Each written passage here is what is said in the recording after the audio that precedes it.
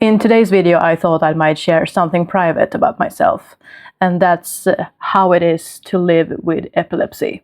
The truth is, I rarely talk about my epilepsy, not because it's painful for me to talk about, but more because I don't want it to define me. My epilepsy is part of my life, yes, but it's not who I am.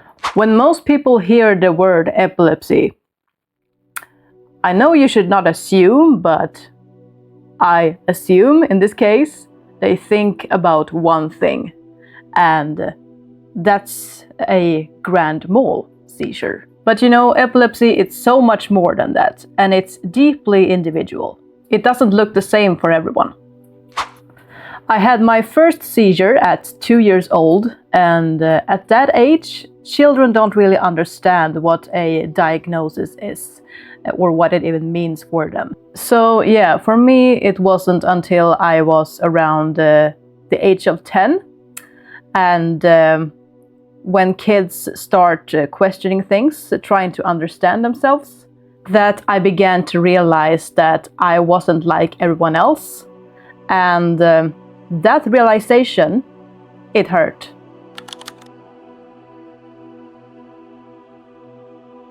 Moving forward, puberty hit. Lovely years, isn't it?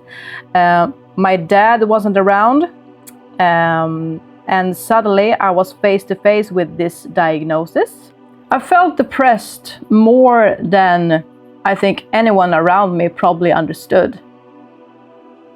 I was really depressed as a child and in my teens. And school?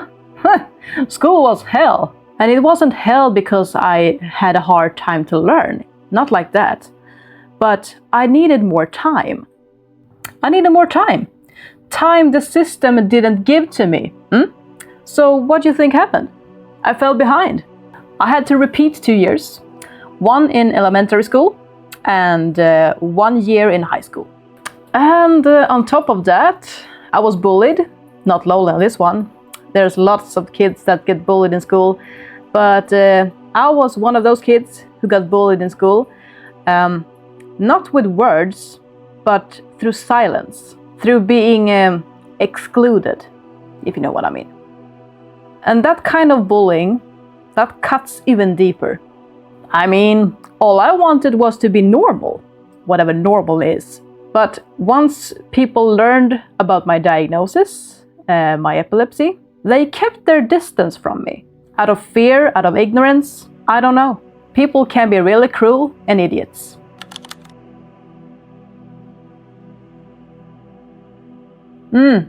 Yeah.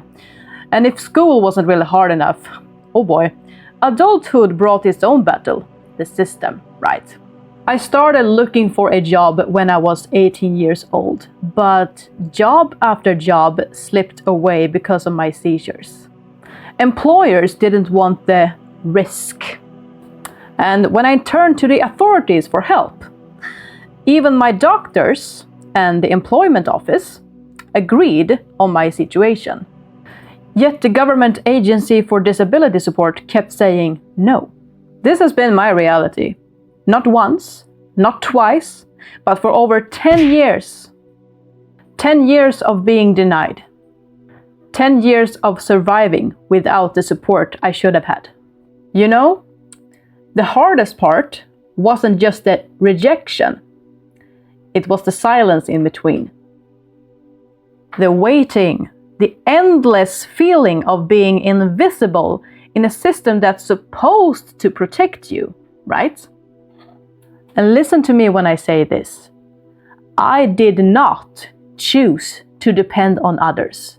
I didn't want to, but I was forced into it. And that, my friends, I can tell you, it eats at you. Because you feel like a burden. You feel like a burden, when in reality, the burden belongs to a broken system. Jumping back to my teens a little bit, when I was in my teens, I lived in denial for a long, long time. Somewhere between in my early teens to my late teens, I lived a lot in denial because I just wanted to be like other kids, you know. But eventually I had to stop living in denial. So in my late teens, what age could I have been? Between 17 or 19 years old, I gave myself a mental slap in the face, you could say.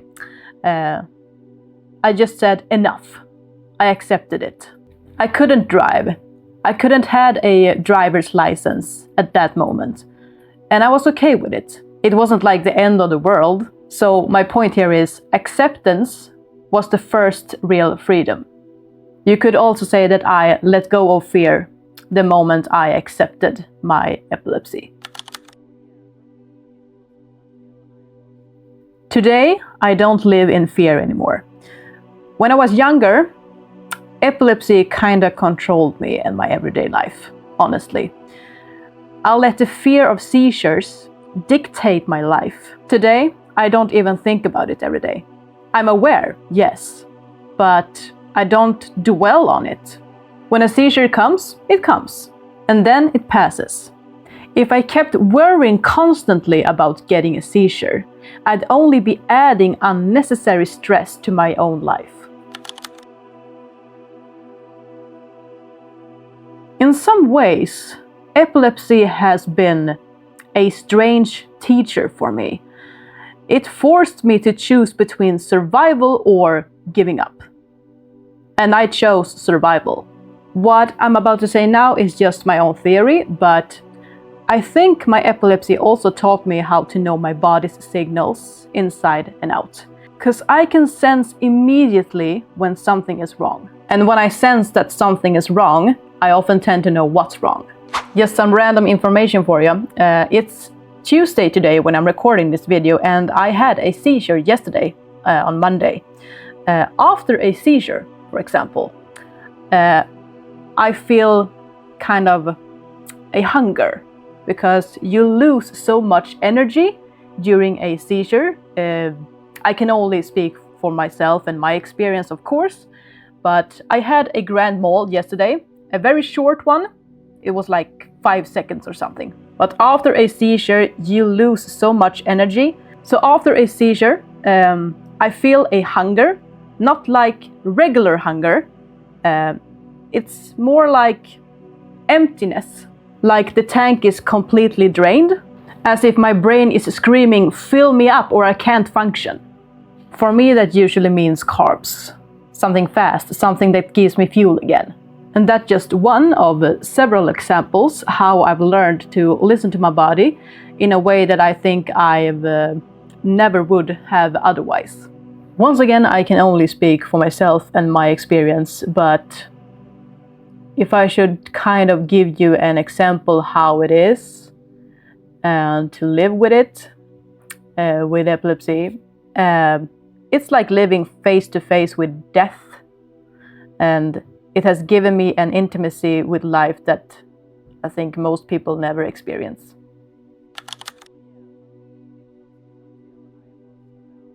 So, if you're newly diagnosed or if you're living with epilepsy, hear me out.